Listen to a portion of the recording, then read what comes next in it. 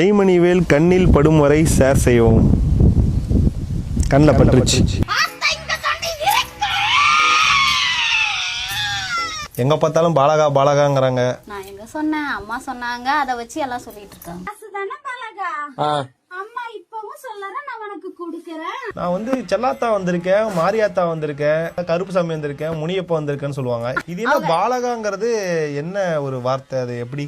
ஓம் cream காளி சூலி ஹோலி. நான் படைச்ச பிள்ளையை எல்லாரும் எனக்கு பிள்ளை தான் அப்பனே.